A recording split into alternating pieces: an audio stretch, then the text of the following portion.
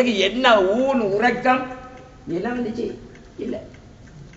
அதனாலதான் என் கண் மட்டும்தான் ஆயிஷா நாயகி தூங்குது, என் கல்பு தூங்குறது இல்லை என்று நாயகம் ஸல்லல்லாஹு அலைஹி வஸல்லம் சொன்னாங்க.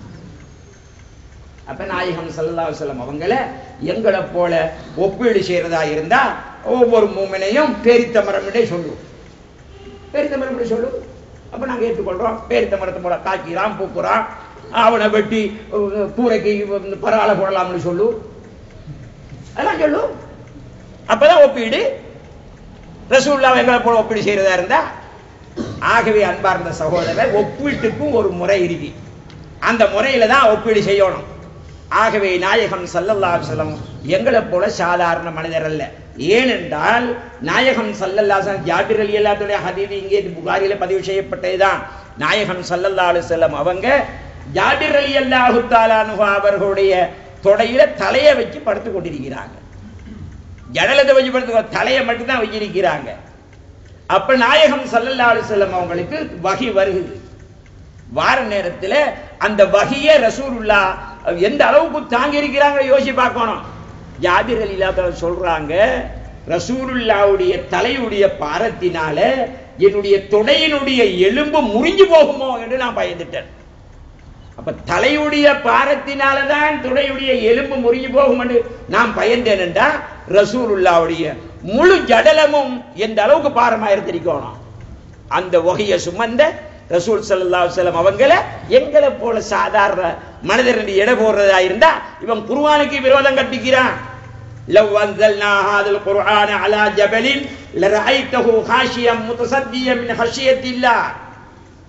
இந்த குர்ஆன ஒரு மலையில நாங்க இறக்கி வச்சிருந்தா இந்த குர்ஆனை தாங்கிக் கொள்ள முடியாதவாறு அந்த மலையே தவிடுபடியாகிவிடும் என்கிறதை நபியே நீங்க பார்ப்பீர்கள் என்று அல்லாஹ் தஆலா ஒரு மலைக்கு மேல் மலை ஒன்றையே மலைக்கே சுமந்து கொள்ள முடியாத குர்ஆனை நாயகம் ஸல்லல்லாஹு அலைஹி வஸல்லம் சுமந்து கொண்டாங்களே.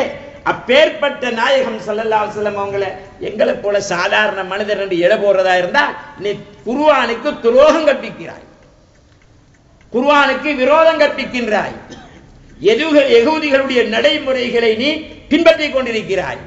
அந்த யகூதி தான் அப்படியெல்லாம் சொன்னான், அப்படியெல்லாம் சொன்னான். சரி, அது ஒரு பக்கம் இருக்கு. இன்னும் சமூகத்தில் இன்னும் எத்தனையோ பிரச்சனை இருக்கு. இந்த தொழுகை இருக்கு இல்லையா, தொழுகை இது கட்டாயமா சொல்ல வேண்டிய விஷயம். தொழுகை தொழுகிறாங்க, ஜும்மாவில் பாருங்க பார்ப்போம், இமாம் ஹுத்பாவை முடிச்சிட்டாரு, முடிச்ச உடனே எல்லாருமே எழுப்பி நின்றுடுவாங்க. எனக்கு நீங்க கதுகாமத்து ஸலாத் சொல்லணும், இகாமத்துல கதுகாமத்து ஸலாத் ஏன் சொல்லணும்? நாயகம் ஸல்லல்லாஹு அலைஹி வஸல்லம் ஒரு விஷயத்தை சொல்றதா இருந்தாலும் அதுல ஏதோ ஒரு கருத்து இருக்கும், சிறு இருக்கும், ரகசியம் இருக்கும். ஏதோ ஒன்றை செஞ்சாலும் அப்படித்தான். அப்ப கதுகாமத்தி ஸலாத் என்ற வார்த்தையை இந்த தொழுகை இந்த இகாமத்துல ஏன் வச்சாங்க? கதுகாமத்தி ஸலாத்னு சொல்ற நேரத்துல தான் எல்லாரும் எழுப்பி நிக்கணும். இது மிம்பர்ல கொத்துபா முடிஞ்சோடனே எல்லாரும் எழுப்பி நின்றான். இதை இமாம் கண்டுக்கிறானும் இல்ல, அவன் சொல்லி கொடுக்கிறாரும் இல்ல, இவன் அதை படிக்கிறானும் இல்ல. இந்த பிதஅத்து நடந்து கொண்டேதான் இருக்கு எல்லா பள்ளிவாசல்லையும். இந்த பிதஅத்து ஒரு சில பள்ளிவாசல்களை தவிர எல்லா பள்ளிவாசல்லையும் இந்த பிதஅத்து நடந்து கொண்டிருக்குது. இதுக்கு சுன்னத்து சொல்றதா இது பிதஅத்து. அது 5 வக்துக்கும் நடக்குது, ஜும்மாவுக்கும் நடக்குது. அப்ப கதுகாமத்தி ஸலாத்தின் அர்த்தம் என்ன? உதாரணமாக எல்லாரும் இங்க வந்து உட்கார்ந்தாச்சு, நான் என்ன எல்லாரும் வாங்க உட்காருங்க, எல்லாரும் வாங்க உட்காருங்க, எல்லாரும் வாங்க உட்காருங்க என்று சொன்னா என்ன மழையில சொல்லுவீங்களே இல்லையா? நீங்க தான் வந்து உட்கார்ந்து இருக்கிறீங்க எல்லாரும். நான் வாசல்ல நின்று கொண்டு எல்லாரும் வாங்க உட்காருங்க, எல்லாரும் வாங்க உட்காருங்க ஏண்டா என்ன பைத்தியகாரன் நீங்க சொல்லுவீங்க? அது போலதான் அதாங்க கதுகாமத்து ஸலாத். எல்லாரும் எழுப்பி நின்றதுக்கு பின்னால கதுகாமத்து ஸலாத் ஒரு சொல்றாங்க. அப்ப கதுகாமத்து ஸலாத் சொல்லும் பொழுதுதான் மாமுங்கள் எழுப்பி நிக்கணும். அதை விட்டு போட்டு அவர் ஜும்மா முடிஞ்ச உடனே இவர் லாட்சி உள்ளுக்கு தள்ளுறாரு. மோதின் லாட்சி வச்சிருக்கு சார் பள்ளிவாசல்ல, லாட்சி மிம்பர் மேல லாட்சி வச்சிருக்கு, இழுக்கிற உள்ளுக்கு தள்ளுறாரு. ரசூலுல்லாஹ் மிம்பர் அப்படியா இருந்துச்சு? லாட்சி தள்ளுறாங்க, சல்லி போடுறாங்க. ஜமாத்து அவன் ஜும்மா முடிச்சா நீ இகாமத்தை சொல்லி தொலைய, நீ லாட்சி சொல்லி கொண்டு இருந்தா. அப்ப இகாமத்து முடிய கொள்ள இமாம் வந்து சேரான எங்க மிஹ்ராபுக்கு. இவர் வந்து மிஹ்ராபுக்கும் சேர்ந்துருவார். யாரு? இமாம் மிஹ்ராபுக்கு வந்து சேர்ந்துருவாரு. சேர்ந்து அது ஒரு 10 நிமிஷத்துக்கு பின்னால்தான் இவர் இகாமத்து சொல்றாரு. இப்ப ரெண்டுக்கும் இடையில ஃபர்க்கும் உண்டாகும். ஏன்னா தொழுகைக்கும் இந்த ஹுத்பாவுக்கும் இடையில ஃபர்க்கு, நீண்ட இடைவெளியும் ஏற்படுது. அதுக்கு இடையில சப்புகளை நேராக்கும், அதுல ஒரு 5 நிமிஷத்தை கடத்திடுவாரு. அதுல ஒரு 5 நிமிஷத்தை கடத்திடுவாரு. இதெல்லாம் தொழுகையோட சம்பந்தப்பட்டதா? ஏத்ததிலுன்னு சொல்லத்தான் ஒனாதனையும் தமிழ்ல சொல்லிக் கொண்டிருக்கிறா. ஏன் சொல்ல ஒனாது? ஏத்ததிலுன்னா நேரா நிலுங்கொண்டு ஒரு தினம் சொன்னா போதாதா? இப்படி எல்லாம் சமூகத்தில் ஃபிக்ஹ் சட்டத்திலேயே ஓட்ட விட்டு வைத்திருக்கிறான். ஃபிக்ஹ் சட்டத்தில் ஓட்ட விட்டு வச்சுக்கிறான். அடுத்தது ரசூல் ஸல்லல்லாஹு அலைஹி வஸல்லம் அவங்களோட உள்ள தொடர்பு சமூகத்துக்கு போய் இல்லை. இல்ல அதை அப்படியே கட் பண்ணி போடுறியாச்சு. உங்களுக்கும் எங்களுக்கும் தொடர்பில் நீங்க கொண்டு வந்து தந்தீங்க, நீங்க போயிட்டீங்க. அவன் சொல்றது சரி. ஏன்னா போஸ்ட்மேன் வந்தாரு, தந்தாரு, போனாரு. அவருக்கும் எங்களுக்கும் இடையில எந்த தொடர்பும் இல்லை. அது இப்ப நடக்குது. அது இப்ப நடக்குது. அவன் சொன்னதை நடைமுறைப்படுத்துறான் சூசகமா. அது மக்களுக்கு விளங்கல. அவன் என்ன சொல்லியிருக்கிறான்? அவர் போஸ்ட்மேனை கூட்டி கொண்டாந்து உழுக்கு வச்சு கூட்டத்தில் உட்கார வச்சு வெள்ளையும் பிரிச்சு ஏன் ஒரு கோப்பத்தை எத்தனை குடிங்கிட்ட குடிப்பீங்களா? போஸ்ட்மேன் கடிதத்தை தந்தாரு, போயிட்டாரு. அவருக்கும் எங்களுக்கும் தொடர்பு இல்ல. அவன் சொல்றான் அது இப்ப நடைமுறைப்படுத்துது. என்ன தொடர்பு இல்ல? ரசூலுல்லாவுக்கும் எங்களுக்கும் தொடர்பு இல்லைன்னா அவங்க மீது ஸலவாத் இல்ல. ஒரு மூமின் ரசூலுல்லாவோட தொடர்பா இருக்கிறதா இருந்தா ரசூலுல்லாஹ் மீது அவன் ஸலவாத் சொல்லணும். அப்பதான் அவனுக்கு தொடர்பு.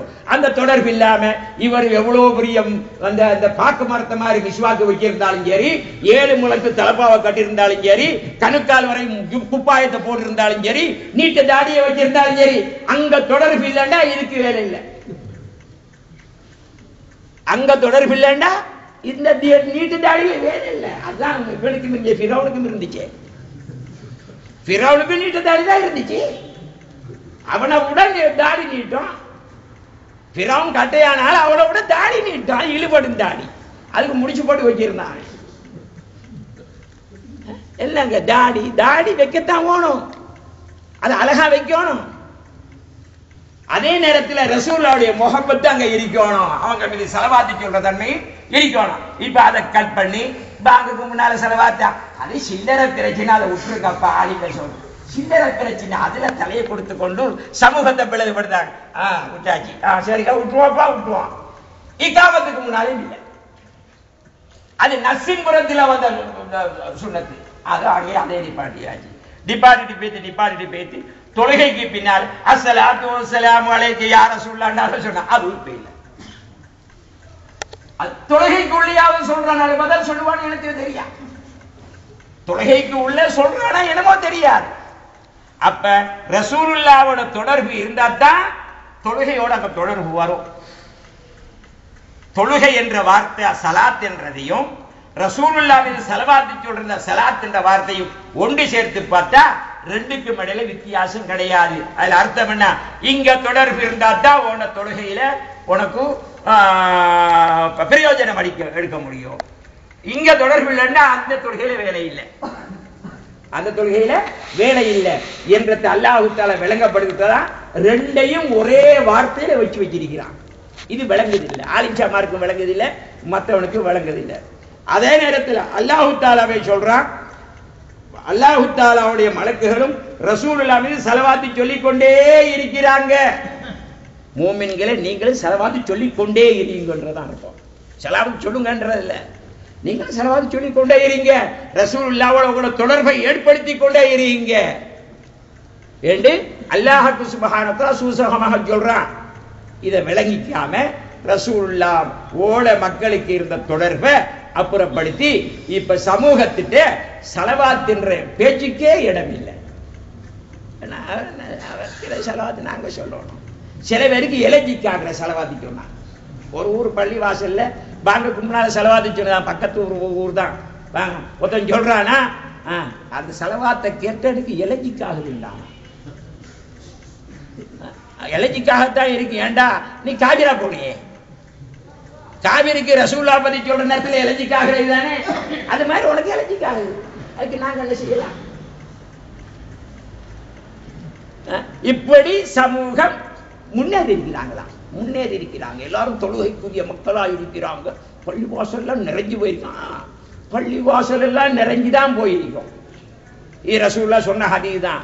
பிந்தின காலத்துல பள்ளிவாசல்ல நிறைய தொழுவான், ஒரு மூமினாவது எடுத்துக்கொள்ளலான்னு சொன்னாங்க. ரசூலுல்லாஹ் சொன்ன ஹதீஸ் தான். பள்ளிவாசல்ல நிறைய தொழத்தான் செய்வான், ஒரு மூமினியாவது அங்க காணல. ஒரு மூமினியாவது அங்க காணல. காரணம் என்ன? செலவாத்து இல்லை, செலவாத்து இல்லை. அப்ப எல்லாம் பாட்டியாச்சு. இப்ப வேற வேற பூசி பூசி அவனை கொண்டாந்தாச்சு. நீங்க புகாரி சரி வாசி துவா ஓதுறீங்களா? சாப்பாடு பிதிஅத்து லலாலா, நரகத்துக்கு போவீங்க, நரகத்துக்கு போவீங்க. ஆமா, நாங்க புகாரி சரி வாசிச்சு சாப்பாடு கொடுத்தா நரகத்துக்கு போவோம், நரகத்துக்கு போவோம். நீங்க தஹஜ்ஜுத் தொழுகைய இமாம் ஜமாத்தாக நடத்தி நரகத்துக்கு போக மாட்டீங்களோ? அதுவும் பிதத்து தானே. அங்க